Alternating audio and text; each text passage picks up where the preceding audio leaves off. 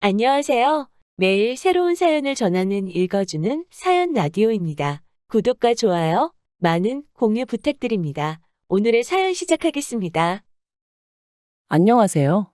눈에 넣어도 아프지 않을 딸아이 하나를 키우고 있는 30대 여성입니다. 아이를 볼 때마다 이렇게 하나 키우기도 힘든데 어머니는 어떻게 저랑 오빠들을 키우셨나. 그런 생각이 들면서 감사한 마음이에요. 한편으론 어머니에겐 아버지란 든든한 남편이 있었으니 오히려 나보다 사정이 나으셨으려나 싶기도 하지만요. 아무튼 지금 아이도 잠들었고 괜히 제 마음도 싱숭생숭해져서 익명의 힘을 빌려 제 이야기나 한번 해볼까 합니다. 가벼운 마음으로 들어주세요. 남편이라고 부르자니 온몸에 소름이 돋는 기분이지만 그래도 일단은 남편이라 하겠습니다. 남편하고는 회사에서 알게 된 사이였어요.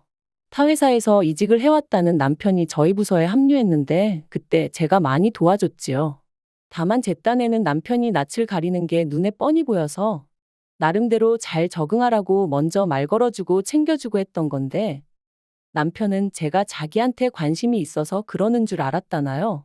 그러면서 실은 자기도 저에게 호감이 있었다더니 급기야는 데이트 신청까지 해왔는데 황당하고 어이가 없었죠. 하지만 그렇다고 싫은 티를 내자니 괜히 어색해질 것 같기도 하고 그래서 나름대로 상황을 잘 무마시켜 보려고 데이트를 하게 되었습니다.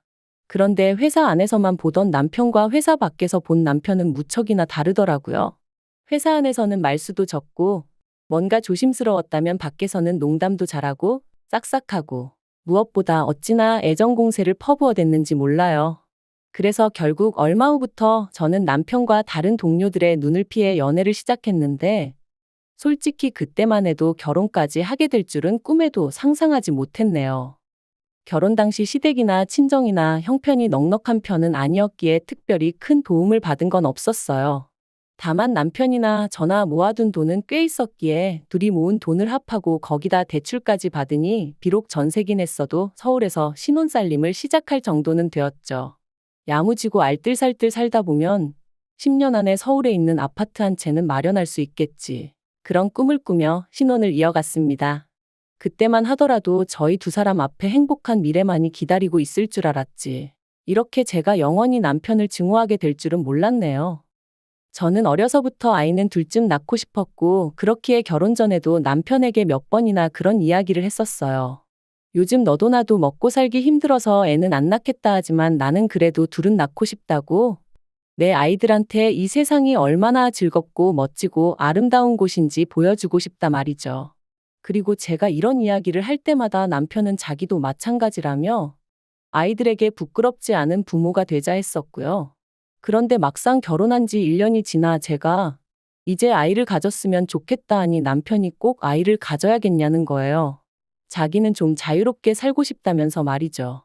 저는 생각지도 못한 남편의 발언이 어이가 없었고 급기야는 화도 났어요. 그래서 갑자기 그렇게 말을 바꾸면 어떡하냐고 나는 아이 없는 부부 사이라는 건 생각해 본 적도 없다 그랬습니다. 그런데 남편이 그럼 뭐 지금이라도 헤어져 줄 거냐 그러는데 그때 받은 충격은 이루 말을 할 수가 없었죠. 그리고 그렇게 며칠 동안 저는 남편과 말 한마디 섞지 않았습니다.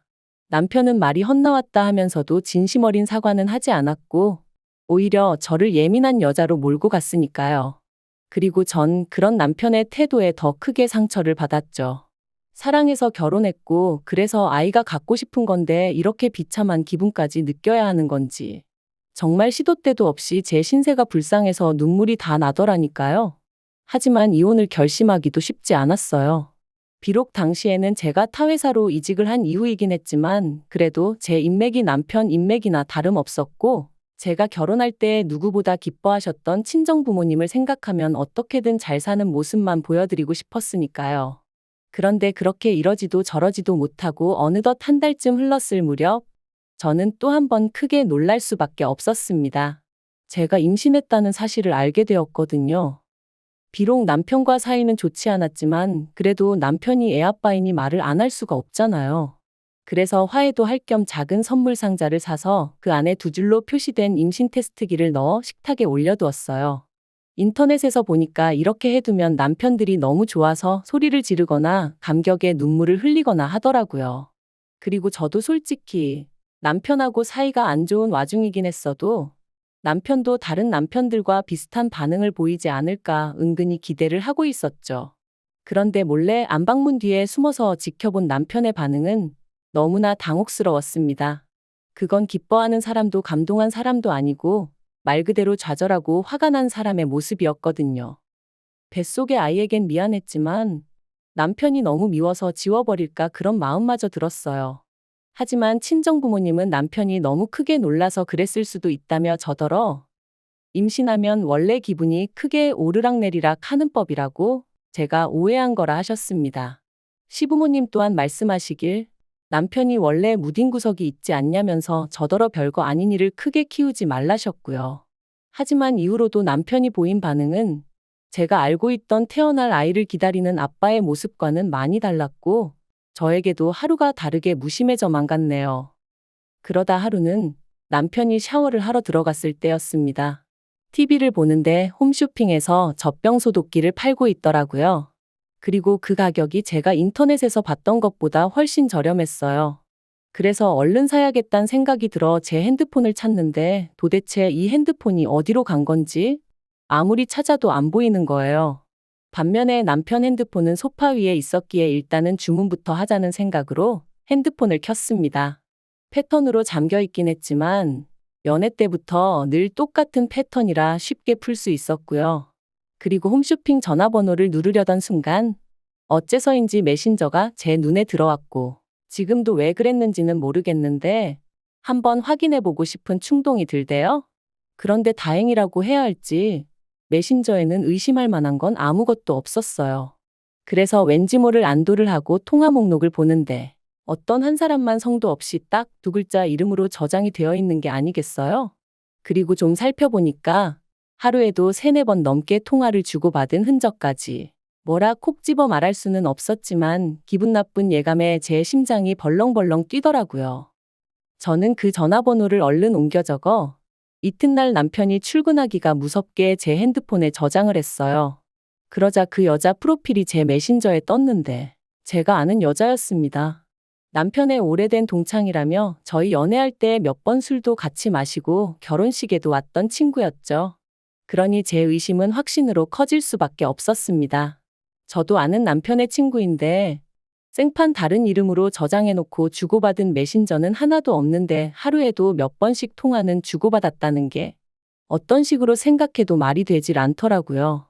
그래서 그때부턴 태교를 해야 하는 그 중요한 시간에 배우자의 불륜 외도 이딴 거나 검색하며 시간을 보내게 되었어요. 확실한 증거도 없고 혹시나 뱃속의 아이가 잘못될까 싶어 제대로 욕 한 번 못하고 울지도 못하면서 말이죠. 그리고 그렇게 지옥 같은 날들이 흘러가던 중 저에게도 기회가 왔으니 남편이 핸드폰을 두고 출근을 했어요. 가지러울 만한 상황이 안 된다며 저한테 가져다 달라 했지만 저는 제 불러온 배를 핑계로 못 간다고 핸드폰 없이 하루 지낸다고 죽는 거 아니지 않냐고 참으라 했죠. 그리고 그때부터 저는 남편이 퇴근하기 전까지 말 그대로 남편의 핸드폰을 샅샅이 뒤지기 시작했습니다. 뭐라도 하나만, 확실한 하나만 나와라. 그게 남편이 바람을 폈다는 증거든 아니면 결백하다는 증거든 제발 확실한 하나만 나와달라고 마음속으로 빌면서 말이죠. 그리고 다행히 제 바람이 통했는지 남편의 핸드폰에서 숨겨진 폴더를 찾았는데 그 안에는 남편과 상간녀의 구역질나는 대화들이 가득했어요. 참고로 메신저도 사람들이 많이 쓰는 메신저가 아닌 커플들끼리만 쓰는 그런 메신저를 쓰고 있었더군요. 제가 연애 때 우리도 다른 커플들처럼 한번 이거 써볼까 했을 땐 유치하다며 싫다 했던 그 메신저였죠. 저는 대화 내용과 둘이 서로 주고받은 사진들을 전부 다 동영상으로 찍고 내친 김에 남편의 친척들과 친구들 그리고 지인들의 연락처까지 전부 다 제 핸드폰으로 옮겼습니다.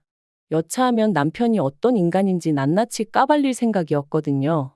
그리고 속에서 끓어오르는 화를 누르며 어떻게든 제 감정을 다스리려 했어요. 사람들 말이 무조건 바람피냐고 상대를 몰아붙이면 오히려 역효과만 난다 했으니까요.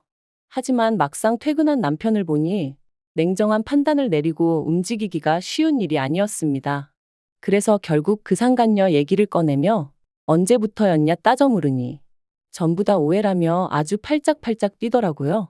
그저 사는 게 불쌍해서 통화 몇 번 하면서 힘내라고 한 것밖엔 없다며 아무것도 없는 빈 메신저를 보여주곤 이것 봐라 아무것도 없지 않냐고 적반하장으로 나오는데 아마도 제가 평소에 기계를 잘 다루지 못해서 남편에게 부탁하는 일이 잦다 보니 핸드폰에서 비밀 폴더 같은 것도 못 찾을 거라고 생각을 했던 모양이 돼요. 저는 저를 기만하는 남편의 태도를 정말이지 견딜 수가 없었습니다. 하지만 제가 가진 패를 전부 다 보여줄 순 없었으니 일단은 알겠다고 했죠. 한편 어느덧 시간이 흘러 출산이 코앞으로 다가왔고 저는 건강한 딸아이를 낳았어요. 하지만 어째서인지 남편도 어머님도 보이는 반응이 뜨뜻미지근했고 그런 반응을 보면서 저는 어렴풋이 남편이 여전히 외도를 이어가고 있다는 직감이 들었죠. 그리고 아니나 다를까? 제가 산후조리원에서 퇴소해 집으로 돌아왔을 때 남편이 저에게 충격적인 이야기를 건넸습니다. 이혼하자고 했거든요. 저에 대한 마음이 식었다면서 제가 여자로 안 보인다나요? 제가 남편더러 어떻게 나한테 그런 말을 할 수 있냐? 울지 않으려고 했는데 눈물이 쏟아져서 사실 말도 제대로 못했어요. 하지만 남편에게 내가 싫어도 우리 딸을 봐서 참고 살 순 없겠냐 뭐 그렇게 말했던 것 같아요. 그런데 남편이 솔직히 자기랑 어디 하나 닮은 것 같지도 않고 정이 안 간답니다. 저야 10달 품고 있기라도 했지만 자기는 애랑 시간을 보냈으면 얼마나 보냈다고 정이 가네 안 가네 소리를 하는 건지 어이가 없더라고요. 그래서 결국 저도 악에 받쳐서 당신이 사람이냐 소리를 질렀어요. 그랬더니 그래 나 사람 아냐 그러니까 이혼하자고 하며 더 크게 소리를 지르는데 정신 똑바로 차려야지 이러다 정말 일 나겠구나 싶더라니까요. 결국 저는 수소문 끝에 동네에 있는 이혼 전문 변호사를 찾아갔습니다. 그리고 그간 누구에게도 말하지 못했던 남편의 외도 사실과 함께 제가 나름대로 수집해 놓은 증거를 보여주었어요. 그랬더니 변호사가 정말 마음고생 많이 하셨겠다면서 자기가 끝까지 옆에서 같이 싸워줄 테니 포기만 하지 말라대요. 생각지도 못한 사람에게 위안을 받은 기분이었습니다. 그리고 이후로는 착수금을 입금하기가 무섭게 일이 일사천리로 진행되었죠. 남편은 이혼 이야기를 던져놓고 집을 나갔는데 당시 저는 남편이 시댁에 있는 줄로만 알았습니다. 하지만 이 또한 어머님이 남편을 감싸주고 계셨던 거고 실은 상간녀 집에 있었더라고요. 어머님한테도 어찌나 배신감이 들던지. 하지만 결과적으론 그게 저에게는 오히려 유리하게 작용했어요. 저는 상간녀 소송을 위해 상간녀의 정보가 필요했고 확실히 해두고자 상간녀가 사는 동네에 3번이나 찾아갔었는데 거기서 두 사람이 같이 팔짱을 끼고 거리를 걷고 마치 부부처럼 행세하는 사진을 찍을 수 있었거든요. 상간녀 소송부터 이야기하자면 결국 저는 3천만 원을 받아냈습니다. 남편이 저더러 돈독이 올랐다며 속이 후련하냐길래 후련하겠냐고 나는 이제 시작이니 이 정도로 열내지 말라고 했죠. 그리고 이혼.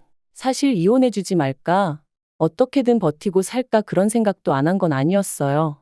하지만 남편을 보면 속에서 구역질이 올라올 만큼 분노가 치밀었고 ATM이다 생각하고 살자니 얼마나 돈을 잘 벌어오는 것도 아닌데 그 돈 몇 푼 때문에 같이 살면서 스트레스를 받아야 하나 싶더라고요.